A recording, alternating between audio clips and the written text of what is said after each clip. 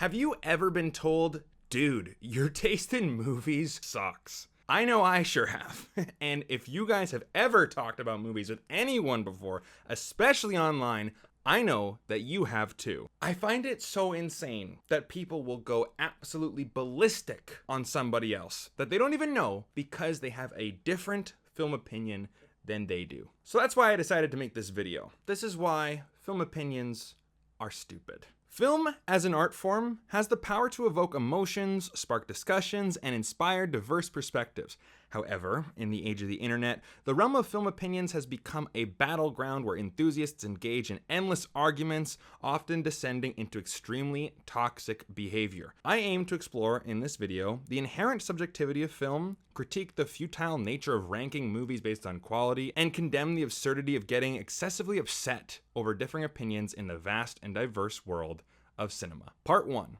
The subjectivity of film. One of the fundamental aspects of art, including film, is its subjectivity. Film is a form of expression, and each viewer brings their unique background, experiences, and emotions to the viewing experience. What resonates deeply with one person may leave another indifferent or even disapproving. For example, let's just say Star Wars: The Rise of Skywalker. I'm going to go out on a limb here and say that that movie is going to give a 10-year-old boy a way different experience than his 90-year-old grandmother who had to take him to the theater. Unlike scientific or objective measures, there are no universal criteria for determining the, quote, goodness or badness of a film. And here's the thing.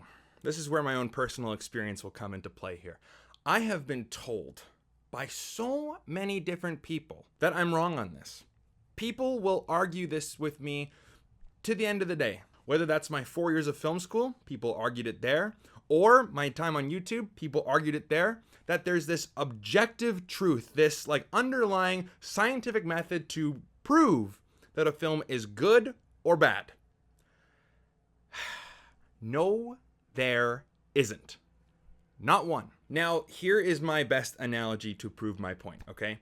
So, imagine here, you have a 500-page essay meticulously explaining why The Godfather is better than the film Snow Dogs. And by the way, I do agree that The Godfather is a better movie than Snow Dogs. So hear me out. You can throw around all the fancy film terms you want, like mise en scène and auteur theory, right?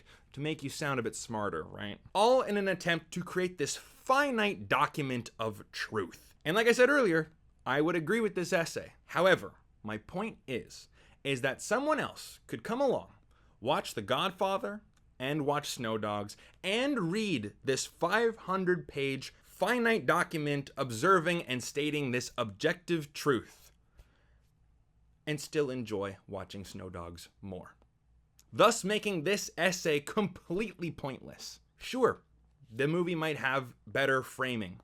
Sure, The Godfather might have better acting. Yes, the pacing might be better. There might be more deeper meaning with the characters and the story and the emotions and all that stuff. We can argue that.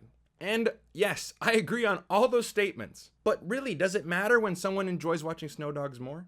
And that's where you get into the argument, oh, well, they're just an idiot, and now we're just getting into name calling. You know what I mean? This is my point.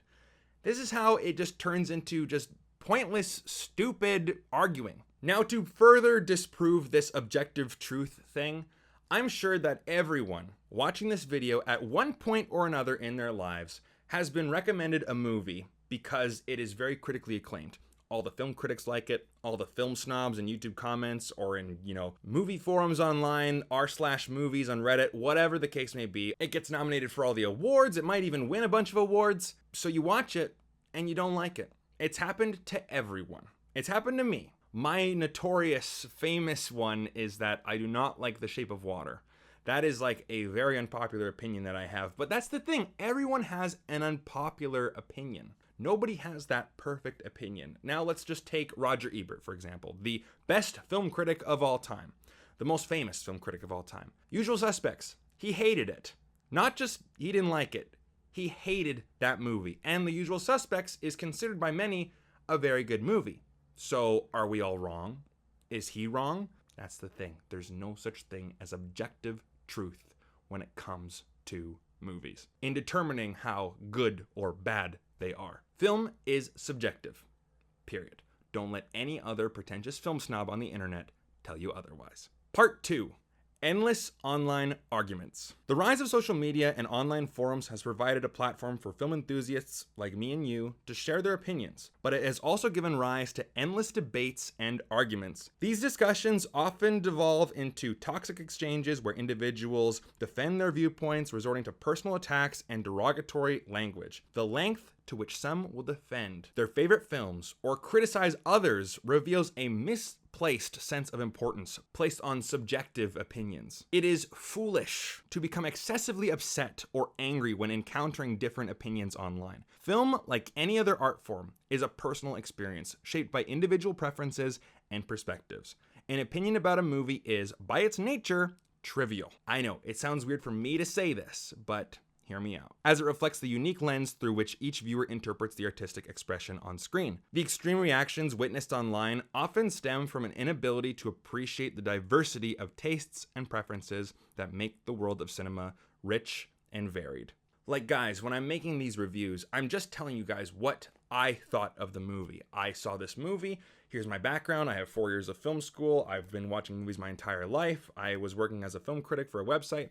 That is my background. I'm not saying that it's better or worse than anybody's, but that's just my experience. Some people have more experience on film sets. Some people have been working as film critics longer than I have, right? Everybody is different. And based on that background, I see a movie and I tell you guys my opinion on it. My own personal experience with the movie. And with these videos, if you guys generally share the same experiences that I do, well, then I might be able to point you guys in a direction of a movie that you guys might actually like.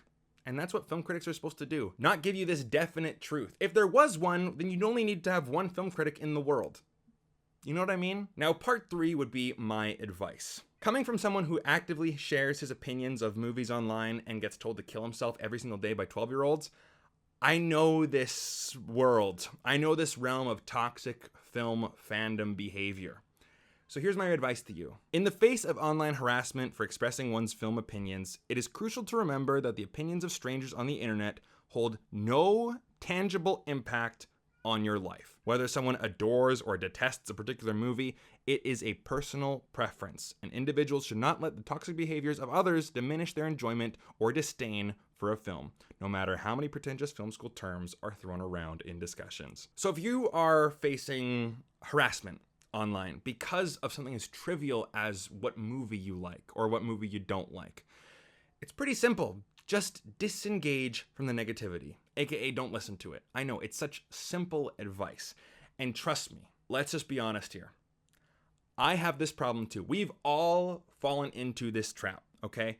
Trust me, when I get all these comments, sometimes that one comment will just irk me and I go, all right, you motherfucker, and you just start typing, right? Again, some comments can be so crazy, right? This advice is really for myself too, but I will admit that I have gotten leaps and bounds better. I used to be right in there with everybody else, just arguing and complaining and everything. And I really do see where I have come from, and I really do see where I've gone. Oh, guys, the grass is greener on this side, let me tell you. Engaging with this kind of negativity, it does nothing for your life.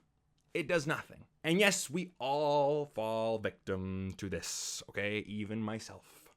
But you have to remember that it goes nowhere. The type of person who gets upset and rages online about someone else's movie opinion is not worth worrying about. Constructive discussions are valuable and can be quite fun when everyone is a good sport, but when faced with toxicity, it's best to step back, as the true value of a film lies in the personal connection it forges with each viewer, not the fleeting opinions of strangers. In conclusion, the endless arguments and toxic behavior that characterize discussions about film opinions online are a reflection of a misguided quest for objectivity in a fundamentally subjective space. Film is an art form that thrives on diversity, and the unique experiences viewers bring to it defy any attempts to establish an objective truth or ranking. It is time for film enthusiasts to recognize the uselessness of such endeavors, appreciate the subjectivity inherent in film, and engage in discussions that celebrate the diversity of perspectives rather than perpetuating pointless arguments and toxic behavior. After all, in the world of cinema, there are no universally good or bad movies,